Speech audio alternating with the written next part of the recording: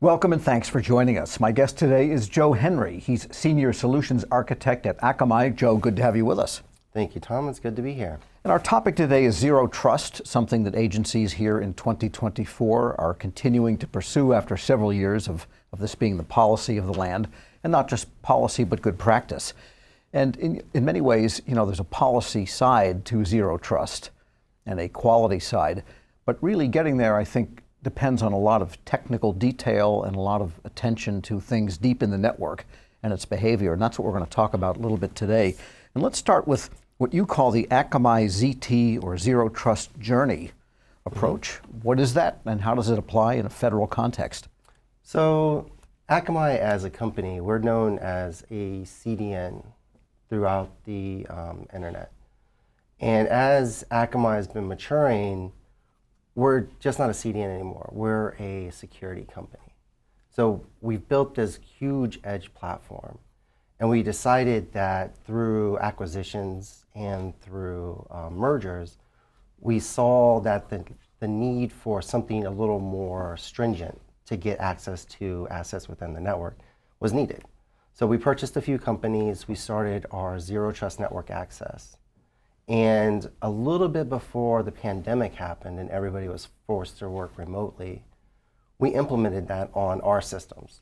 So within Akamai, holistically, globally, we have the same access or the same way to access all corporate assets either inside the Akamai network or outside the Akamai network.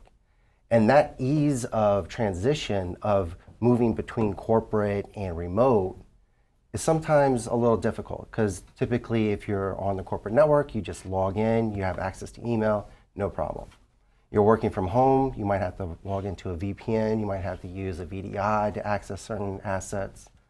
With our Zero Trust Network Access solution, it's the same way we access assets within the corporation is the same way we access it out. So we create this essential hotspot for Akamai employees, and then it's seamless between the two.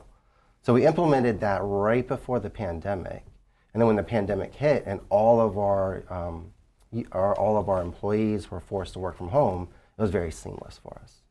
There's a few hiccups here and there, obviously, because if you're a company of 10,000 people, technology goes bad, software pushes don't happen. But for the most part, it was a very seamless transition for us. Right, so in many ways you did away finally with what's been a long-standing methodology involving almost the legacy of the local area network. Yes. That was the difference between, and if you were outside the local area network many years ago, it was very difficult to get in. The VPN idea kind of moved it closer. It sounds like what you've done is dispense with the perimeter notion altogether and just go with the reality that let's not have a perimeter. Everybody's the same need and the same equality of access, regardless of where they are, with the Zero Trust in place. Yeah, one caveat I would put to that is not everyone has the same needs. So the authentication piece of it was essential for us as well. So if I'm sitting on the local network and I want to start, or if I have access to a certain database, I can move across the land on that. But with the proxy-aware Zero Trust Network Access that Akamai has in place, myself, Joe Henry, being a solutions engineer, I only have access to certain assets within the network. Engineering has a completely different access. And I don't even see any of those assets that engineering would see. So there's still a role-based and identity-based control of who can see what. Absolutely, yes. Okay, but within that context, people have the same, I guess, challenge and response that they would whether they're in Singapore or they're inside corporate headquarters. Absolutely, yes. So it feels the same. Yes. Yeah, so that answers in some sense or some degree the question people have is how do we have zero trust without driving people crazy with the need to constantly re-authenticate, re-enter codes and all the rest of it. Yeah, the single sign-on solution that we've enabled for Zero Trust was essentially key for everything. It's the same network credentials that you just mentioned. We get a push to our MFA provider. It multi-factor. Multi-factor, yes, sorry. Akamai has their own MFA provider, it's FIDO2. It's essentially a software token on my phone that comes to me. It pushes and says, hey, do you want access to this? I say allow, and then I'm logged in and authenticated. Now, if I go to a separate machine or a separate system, depending on how our SSO is enabled for particular applications, I could either take that same credentials and use it for authenticating me to, let's say, my email server. Or if I have the policy there, it can re-challenge me to say, hey, I see that you're logged into your local portal on your web browser. When you're going to go to your email, let's try to challenge you for something else. So nobody gets by Active Directory. Yes. And what did it take to put all of this in place? It sounds simple to describe once it's done, but it sounds like a lot of painstaking architecture. Oh, absolutely. It was a lot of, because once you're going from just everybody has access to everything and people can touch everything, you don't really necessarily know who's touching what based off of their roles, essentially. So when it was put into place, there was a couple of like shadow IT operations, some servers that were doing something that nobody really knew about that some guys had just set up. Once the network access was locked down and it wasn't more where you're located, more of who you are, those systems were having to get re-authenticated or put into the overall authentication mechanism so that we can see, or Akamai could see, that, hey, Joe needs to access this particular service for this role, and why do you need access to that? And then so we were able to granularly put in those authentications, but bulk-wise it was easier, but then obviously there is pain for certain offshoots. But you came at it with kind of a good, solid base in widespread computing. I mean, that content delivery network you mentioned, the legacy CDN, nowadays everybody wants edge computing. So in effect, you've brought that forward, having had experience in how to access edge computing when it wasn't called that. Yeah, in many exactly. ways. So Akamai did start off with edge computing on the CDN a decade plus ago. We were able to put little Java executables on the CDN, but it didn't really take off.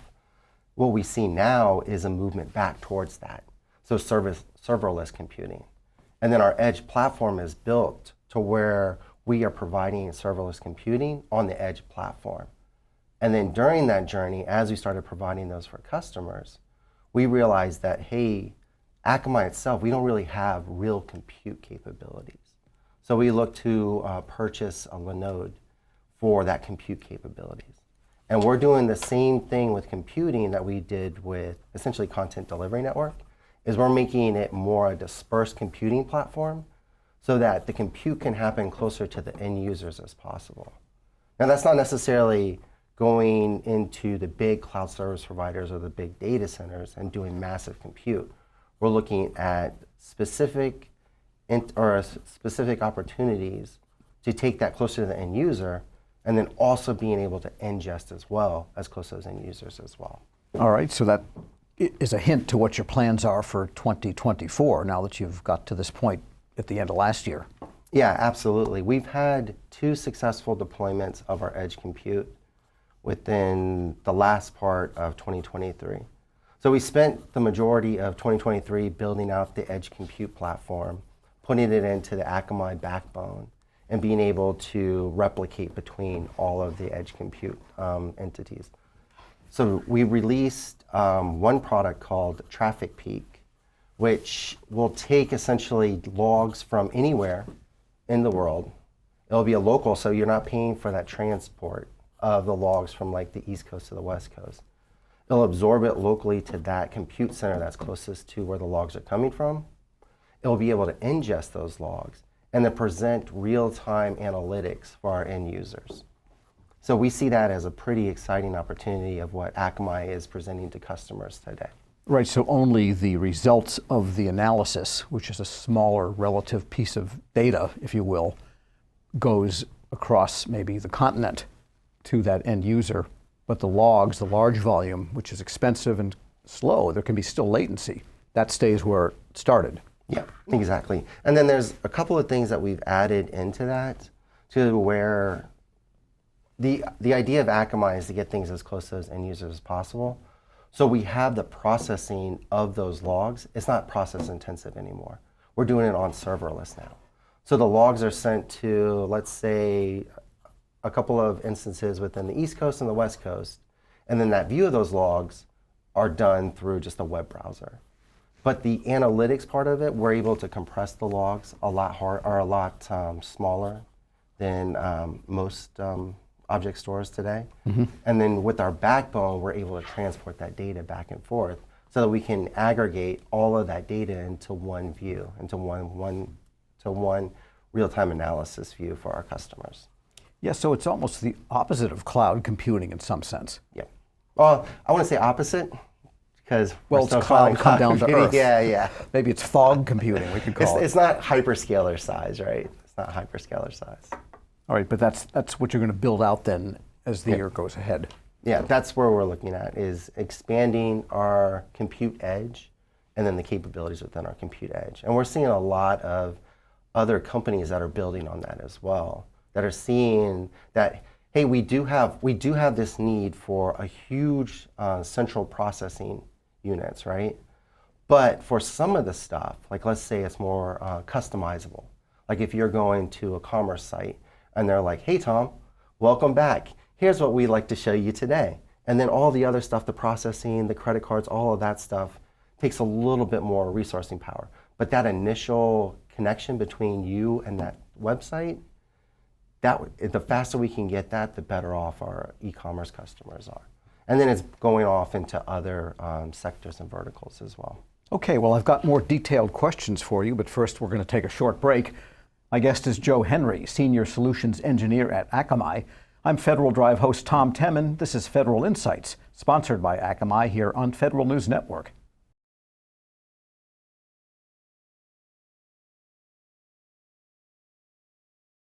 Welcome back to Federal Insights, sponsored by Akamai here on Federal News Network. My guest today is Joe Henry, Senior Solutions Engineer at Akamai.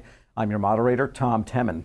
And our topic today is Zero Trust, and we've been talking about your own journey as a company towards Zero Trust, and then the security Zero Trust product that you can offer clients. And if you look at the CISA, the Cybersecurity and Infrastructure Security Agency has a Zero Trust kind of reference, if you will, an architecture. And one of the pillars of it is how to get to an optimal network. And their way is micro-segmentation. You hear this word a lot. And from your perspective, Joe, what is it? And then let's talk about how it relates to Zero Trust. Yeah, absolutely, Tom. Thanks. So microsegmentation, if you look at the broad definition of it, is essentially taking every piece of what the server will talk to and making sure you're microsegmenting that into what it can talk to and to where it can talk from. So if we're looking at the CISA Zero Trust Security Model documentation, in that optimal range of the network pillar, they're calling out microsegmentation. And there's a few companies that can do that today. And the idea with that is, before with network segmentation, and before I started working at Akamai Technologies, I was a network engineer for 17 years on DoD and federal contracts. And my biggest problem was if you start to segment your network through a firewall or through a router or however you want to segment your network, there's always the layer 2 access. So your databases essentially could talk to your other databases. And if you had an application server that had to talk at certain speeds to your databases, you would essentially put those in the same VLAN. And that layer 2 access on the network plane would give them essentially back-to-back conversations. And it wasn't until they would go one step higher and they go through the firewall, and that's where you could put your policies. So microsegmentation looks at moving that control over to the server, over into the process. So when we're talking about microsegmentation, we're loading a endpoint into the servers themselves, and we're permitting what that server can talk to on what port and what process. So we can lock it down to, let's say if you have, for some reason, 2 SSH clients or processes on a Linux server, and you only want this particular process to talk to this particular process on this server through SSH, we'll lock down that process into that server. And the other benefit with And that is a microscopic segment, if you will. Yes, exactly. That's the point of the micro segmentation, to where you can like go right down into the processor and permit or deny what you want. And is that a lot to administer? Because there could be millions of microsegments. It could, if you're looking at it holistically and through a network lens, through like, let's say, firewalls, and constantly looking at what's going through your firewalls, looking at logs, what needs access to what's being denied. But if we're looking at Akamai's microsegmentation, the first thing we provide our customers is a map. And so as soon as you're installing these endpoints onto the systems themselves, we're mapping out the network for our customers. We're showing them what network flows are going between what servers. We're using machine learning to put in policies for those servers as well. So let's say we put together a couple of Windows machines, and then we have an Active Directory server, and that's really chatty. So we have a policy, a pre-built policy, to where we can enable that and say, hey, this is my Active Directory machine. These are all my Windows machines. They should be able to talk to that. So automatically in the network segmentation policy, they're allowed to talk to that Active Directory server. And then we'll start mapping all those out. We give our customers a view of what the networks look like. And this is not just local networks. This could be within your cloud service providers, within your data centers, on-prem, wherever your assets are located, we can put the microsegmentation into, and then we can give you a holistic map of all of that. All right, then how does that add up to zero trust capability? How does that enable zero trust? It's actually showing you that you're permitting these actual servers or these processes to access specific assets only. And they're not able to, let's say, if you're within a database server itself and you're only allowing database calls to a particular application server, we're not going to let that go SSH over to another database server. We're not going to let it ping another database server if we want to disallow ping. So anything that we want to put on this database server to access throughout the network or throughout the internet, we allow it. So it's a deny by default, allow by policy. And what does it take to administer something like this? Are there tools to automate that? Because how could anyone sit there and Oh yeah, absolutely. So there's a few things. We do have a API that we have some customers that want to use only the API completely, holistically.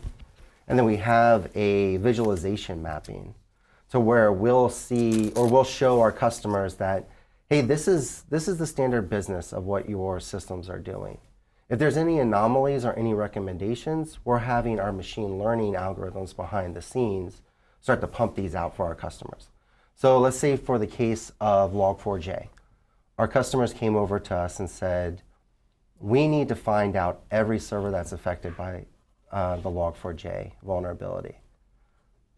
Through our visualization tool, we just wrote a simple SQL query script, looked for everything that with the Log4j. It did an analysis of that, reported back to us, and then depending on what the server's function was, we could just create a ring fence around that server to lock it down and say, hey, nothing outside of this server should ever be requesting this.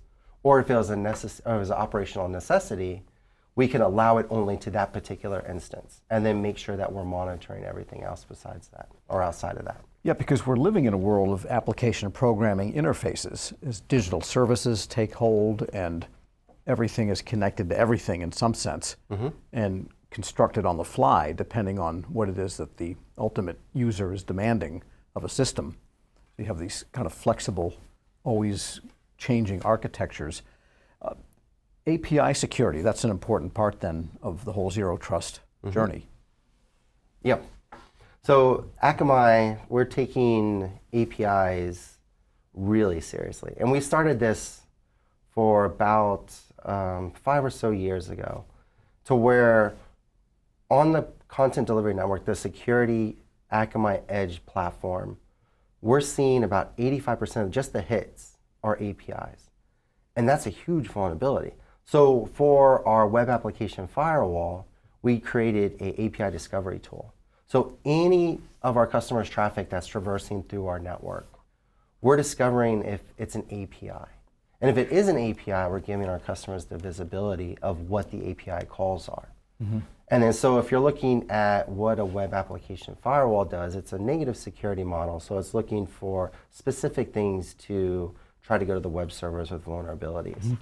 With the API discovery tool, we're able to upload API definitions into the firewall and then create a positive security model. To where we're saying that this particular API endpoint is only allowed this method with this response code, right? And then so now anything else that goes outside of that method, we're going to go ahead and deny on the web application firewall. The newest technology that Akamai has put together is what we call API security as a product name. It's very, on the nose, I guess.